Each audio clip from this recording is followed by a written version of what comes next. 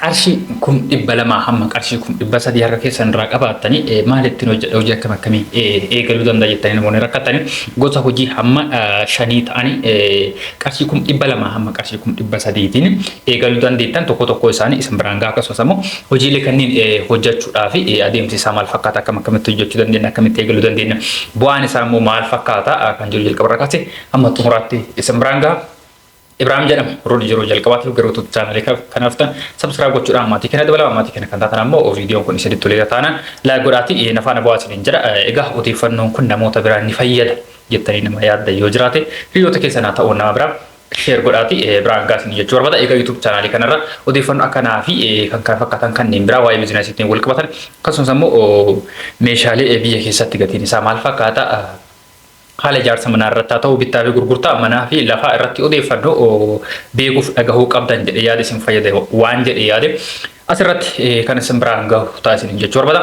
Egaa yeroo kana namoonni biyya keessa jirtan haa ta'u biyya biraarraa gara biyya dhufuu barbaadani hojii akkam akkamii eegaluudhaaf hubannoo isaa yoo hin qabne eegaluudhaaf baay'ee rakkisaadha. Lammaffaa immoo hojii nuti eegaluu barbaadu suni qarshii nuti harkaa qabnuun wal nusi mata kan immoo qarshii nuti harkaa qabnu hojii nuti barbaadnu san hojjechuu danda'a odeeffannoo jedhuudha kaafne kan wal ilaalu isa keessaa immoo qarshii kun dhibba lamaa hamma qarshii kun dhibba sadii harka keessan irraa qabaatanii hojiiwwan anamma isin kaasu kanneen jalqabuu dandeettanii bu'aan isaa immoo bu'aa baay'ee gaariidha isin jechuudha. Egaa kana nama isin biraan gahu gosa hojii shaniitiin isin jedhee jira haa ta'u ammoo qarshii kun dhibba lamaa hamma qarshii kun dhibba sadii harka keessan irraa qabaanne gosa hojii baay'eedha hojjechuu kan dandeenyu. Egaa kan inni isin biraan gahu ammoo bu'aan isaas fooyyeedha kan jedhamu kan ammoo bu'aa gaarii qaba jedhamanii hojii yaadamanidha. Isaan keessa jalqaba irratti kan laalu raabsa bishaan dhugaatiiti. Hojii kana namoonni baay'een irraa kaasee dubbatee hin jiru. Akkasumas namni baay'een irratti hojii hirmaatee hin jirredha yeroo kanatti isin jechuu barbaada. Raabsa bishaan dhugaatii jechuun gosa bishaan dhugaatii kamuu haa ta'u dhaabbata yookaan ammoo warra warshaa sanarraa waliigalteedhaan fudhattanii istoorii banattanii isa keessatti gurguruu isin ammootu istoorii keessan keessatti eega naqattanii booda product kana warroota suuqii warroota mana nyaataa akkasumas ammoo mana tajaajiloota garaagaraa tiif namoota gurguranii haasofsiiftanii gatii warri warshaa warri makiinaadhaan magaalaa konkolaataadhaan magaalaa keessa deemee raabsu ittiin raabsitan isin yeroo isaan biraa fudhattan ammoo gatiin isaa gadi bu'eetii kan isinii kennamu akkasumas ammoo qarshii muraasaan jalqabuu dandeettanii hojjettootas baay'ee isin gaafatu ofii keessaniin hojjettan yoo ta'e isin biratti nam tokko nama akka isin qarqaaruuf nam tokko biratti yoo mindeessitan yookaan yoo qaacartanii achi booda hojii jalqabuu dandeessan jechuudha. Kan isin barbaachisu mana kireessuudha istooriidhaaf mana isin barbaachisu mana kireessuudha. Lammaffaa ammoo nama isin qarqaaru ofii keessanii hojjettan yoo ta'e hojjetaa tokko isin biratti isin barbaachisa isa qaacaruudha. Isaan alatti ammoo ofii keessaniin hojjetan yookaan ammoo hojii biraa hin hojjettan yoo ta'e ammoo hojjettoota lama qaacartanii hojjisiisuu ni dandeettanii. Egaa warroota akkuma jalqaba isin kaase warroota suuqiif barbaadan bishaan dhugaatii kan akkasumas immoo mana nyaataatiif warroota barbaadan giroosarii garaagaraa keessatti namoota barbaadanii deemtanii haasofsiiftanii gatii warri konkolaataadhaan magaalaa keessa deemee ittiin raabsitan. Isinis ammoo konkolaataa hojiidhaaf isinii ta'u yookaan ammoo Isuuzii haasofsiisuu dandeettanii Isuuzii kireessitanii isaan raabsuu dandeettanii.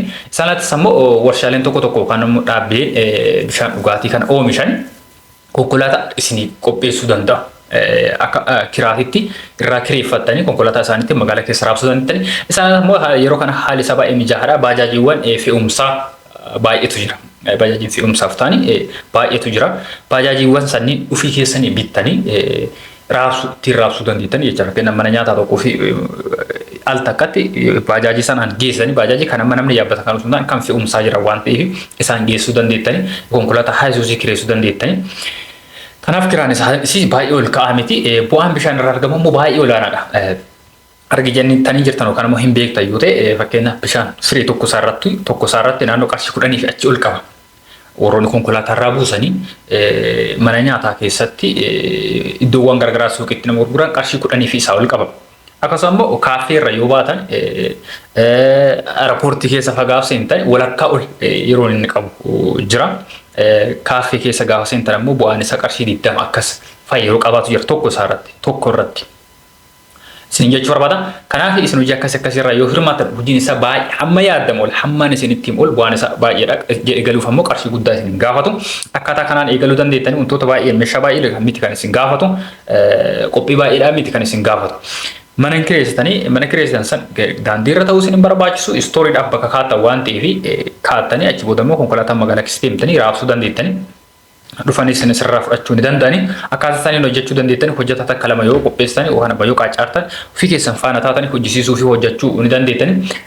Yoo barbaadan qarshii gahaa yoo qabaattan damee iddoo garaagaraatti bantanii magaalaa garaagaraatti kennan magaalaa xixiqqaa keessatti konkolaataan warri warshaa geessee baay'inaan hin raabsu. Iddoowwan akkasii keessatti mana raabsaa banattanii isin ammoo raabsuu dandeettanii isin jechuu barbaada. Kanaaf hojii baay'ee tokko bu'aa qabudha. Hojiin kunin adeemsisaa immoo kana fakkaata. Lammaffaa irratti ammoo dhiqaa konkolaataati. Dhiqaa konkolaataa qarshii guddaa kana isin gaafannedha. Qarshii 100 hamma 200 300 kana gadiin iyyuu hojjechuu yookaan immoo hojii jalqabuu dandeettanidha. Isa immoo naannoo konkolaataan itti baay'atu. Fakkeenyaaf manneen naannoo jireenyaa tokko tokkotti konkolaataan naannoo baay'inaan hin jirre jira. Naannoo tokko tokko immoo kan jiru jira. Naannoo akkasii keessuma keessatti bantanii yoo jettani akkasumas ammoo lammaffaa bakka hojiin kun itti banamee hin jirretti yoo bantani tajaajila baay'ee bu'aa baay'ee irraa argachuu dandeettani. Isaanis ammoo dhiqaan alattis goommestaas achumaan itti dabaltanii hojjechuu dandeettan wal biratti humna hin qabu yoo jettani mana dhiqaa konkolaataa qofa hojjechuu dandeettan isin jiru barbaada. Waan baay'ee isin gaafatu hojjettoota hojjisiiftan ammoo nama ogummaa irratti hundaa'ee miti kaffaltiin isaanii kaffaltan yookaan ammoo maallaquma gadaanaadhaan ijoollee waan kana hojjetan qaacartanii ofii keessa itti dabalamtanii hojii hojjechuu dandeettanidha. Isaanis ammoo goommista sitti dabaltanii yoo jettani qarshii muraasaan kan isin hojjechuu dandeettanii meeshaalee baay'ee kan isin hin gaafannedha. Kompireesharii tokko yoo qopheeffattan akkasumas hoozii tokko yoo qopheessitani pireeshar geejii yoo qopheeffattan sana alatti ammoo madooshaa fi yookaan immoo burrizaa fi mafcaa waan akkasii kanneen meeshaan isaa baay'ee kan isin hin gaafanne kanneen ammoo qarshii gadaanaan qarshii 200 hamma qarshii 300tiin dhiqaa konkolaataa fi goommista iddoo tokko hojjechuu dandeettani. Humni nan dandeessu hojjetan ammoo dhiqaa qofa hojjechuu dandeettani. Yeroo kana qootan ammoo tajaajila keessan naannoo biraa irraa adda gootanii kennaawwan garaagaraa fakkeenyaaf miidhagina konkolaataa keessa wantoota kakkaayaman jira abaaboo haa ta'u yookaan ammoo waan akka allaattiiwwan garaagaraa waan akkas fakkaatan erga dhiqxanii booda waan akkasiitiin dikoor gootanii fi yoo kennitanii fi akkasumas ammoo barreeffamoota garaagaraa konkolaataa irratti kan hojjetama ergaawwan garaagaraa xiqqisi garaagaraa ergaa kan qaban isaan sanniin fagootanii akka kennaa dabalataatti yoo gootan jechuun haala gaariin keessummeessanii namni maamila haala sanaan horachuu dandeettanii isin jechuu barbaada. Lammaffaa immoo bakka hojiin kun baay'inaan itti jalqabamee hin jirretti yoo jalqabdan itti aansuudhaan immoo mana bunaati. Mana bunaati. Hojii kan namoonni baay'een irratti hirmaatanii jiranii haa ta'u bu'aan isaa hamma barbaadamu argamsiisaadha. Akka barbaadamutti irratti hirmaatanii jiranii yoo jenne gaaffiidha innis. Kanaaf mana bunaati qarshii 200,300 yoo qabaattan mana bunaa bareeda banachuu dandeettanii qarshii kana oloonis banuu dandeettan. Baasee wanti isperbeeku qabdan barbaadan mana bunaa banuudhaaf qarshii hamma miiliyoona tokko namatti baasee hojjetutu jira. Haa ta'u ammoo haala giddu galeessan qarshii 200,300 yoo harka isaan irraa qabaatan hojii kan hojjechuu dandeettanii. Kanaaf mana guddaa isin barbaachisu meeshaalee baay'ee isin barbaachisu. Akkaataan isaa immoo mana kana yeroo bantan bifa aartii ta'e wayiitti duubantanii baay'ee gaariidha. Fakkeenyaaf haala ammayyaatii fi haala aadaatiin mana keessan bareechisu fakkeenyaaf girgiddaa isaa irratti suuraawwan garaagaraa waan aadaa wal qabatan girgiddaa keenya irratti hin bu'ee akkasumas immoo teessuma isaa haala garaagaraatiin fakkeenyaaf mana bunaa baay'ee keessatti argatanii jiraatan teessuma pilaastikii kanatu baay'ata. Namoonni waan akkasii ni fedha yoo jenne innis gaaffii biraati. Kanaaf teessuma haala garaagaraa fakkeenyaaf nama mana bunaa keessatti nama dhaabbatee dhuguu barbaadu faatu jira. Teessoo buna irra kaatu qofaa fi itti ergatee dhuguu nama barbaadutu jira. Akkasumas immoo lafa ga'ee nama taa'ee dhuguu barbaadutu jira. Kan ammoo yeroo mana bunaa keessatti teessoo qopheessan iddoo teessuma yeroo qopheessatan bifa woodworkiitiin hojii mukaatiin yoo faayatan yookaan immoo hojii mukaa yoo fayyadamtan baay'ee gaariidha. Yeroo kana mana bunaa keessatti taa'u iddoo kaa'amutti namni teessuma mukarraa hojii mukaatiin hojjetame hin fedha. Kanaaf bifa aadaatiin haa ta'u bifa ammayyaatiin aartii gootanii waan akkasii sanniin yoo hojjisiiftan haala teessuma isaa mijaa'aa akka namni barbaadutti. Lammaffaa namni gaafa gara mana bunaa dhufu buna dhuguudhaaf dhufu sammuu isaa bashannansiisuudhaaf baasee yookaan immoo yeroo dheeraa turuu danda'a. Sammuu isaa bashannansiisuu kan danda'u immoo buna qofaa miti.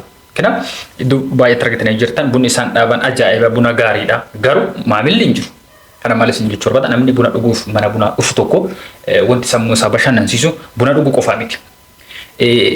Teessoo mana san keessaa mijaa'ina manni sun qabu yookaan immoo manni keenya waan aarti ta'een faayamee yoo jiraate bifa aadaatiin bifa ammayyaatiin faayamee yoo jiraate inni nu boqonnaa birate. Kanaaf bifa sanaan hojii kanarratti yoo hirmaatan baay'ee tokko gaarii lammaffaa immoo itti hojjennu murteessaadha. Naannoowwan waajjiraalee, naannoowwan mana nyaataa, naannoowwan akkas sanitti yoo banne gabaa gaarii yookaan maamila gaarii argachuu dandeenya. Kanaaf jalqaba iddoo nuti hojjennu murteessaadha. Lammaffaa immoo wantoota buna faana namni fayyadamuu danda'u. Wantoota nyaatawwan garaagaraa fakkeenyaaf akaayii ta'uu danda'a. Mana bunaa sana keessa shaayii isin hojjenna yoo ta'e keekiiwwan garaagaraa nyaata mi'aa waan akkas wantoota buna faana namni fayyadamuu danda'u waan akkasiin itti dabalee hin hojjenna yoo ta'e tokko wantoota dabalataa hojjennu kanarraas bu'aan arganna. Lammaffaa immoo namni buna akka fayyadamus yookaan immoo saayinni akka argatu buna keenyatti akka garmadu tajaajila keenyatti akka gammadu taasisaa kana jechuun tajaajila yookaan immoo hojii keenya irraa milkaa'uu dandeessu jechuudha. Itti aansuudhaan mana rifeensaa kan dhiiraa haa ta'u kan shamaraa yoo ta'e qarshii 200,000 kana banuu dandeenya. Achi oliinis banuu dandeenya. Garuu haala giddu galeessan qarshii hamma kanaa qofa harkaa keenyarraa qabna yoo ta'e qarshii kanaan eegaluu dandeenya isin jechuudha. Kun ammoo fakkeenya mana rifeensaa kan dhiiraa ofii keenyaallee hojii kana ogummaa kana hin qabnu yoo ta'e meeshaalee mana keenya keessatti nu barbaachisan midhaasanii bareechisanii erga bannee booda hojjettoota yookaan immoo namoota qaacaruudhaan hojjechuu dandeenya. Kan shamarranis akkasii. Kanaaf ammoo hojiilee kanneen keessa qarshii hammam gaafataa akkaataa yookaan immoo waan gaaffisan kan biraa yoo qabaattan bal'inaa yeroo biraa kan isin biraan gahu taasisan jechuu barbaada. Kanaaf hojiilee kanneen irratti yoo hirmaatan bu'aan isaanis bu'aa baay'ee tokko gaariidha. Hojjechuuf waan baay'ee isin rakkisuu miti qarshii muraasaan jalqabuu dandeettan. Hojiileen nama isin biraan gahe kunniin hojii tajaajilaati. Hojii tajaajila irratti hundaa'e yeroo baay'ee kun isin biraan gahee turetti hojii piroodaaktii waan tokko bittee gurguruurra hojii tajaajilaa kanarratti yoo hirmaatte bu'aan isaa olaanaadha. Hojii eegaluu barbaadan biizinasii keessatti barbaadanii hojii tajaajila sarvisii irratti waan hundaa'e hojjedhaa isin jechuu barbaada. Bu'aan isaas gaariidha jalqabuufis waan ulfaatu miti. Biizinasiin yookaan immoo kaapitaala ittiin jalqabnus olaanaa miti. Kaapitaala xiqqaadhaan jalqabuu dandeenya isin jechuu barbaada. Lammaffaa immoo hojii tajaajila kanneen yeroo jalqabdan naannoo hawaasni baay'inaan tajaajila kana barbaadutti. Akkasumas immoo hojiileen akkanaa kunniin naannoo baay'inaan itti banamee hin jirretti yoo jalqabne bu'aa irraa argachuu dandeenya. Akka hojii piroodaaktii san toora wanti hojjechuu barbaadnu sun itti baay'atu seenuu nu barbaachisu isin jechuudha. Hojjetaa tajaajila waan ta'eef iddoo barbaannetti yoo banne murteessaan tajaajila kenna waan ta'eef tajaajilli nuti dhiyeessinu gaarii taanaan namni iddoo barbaade dhufee tajaajila san nu biratti fudhachuu danda'a.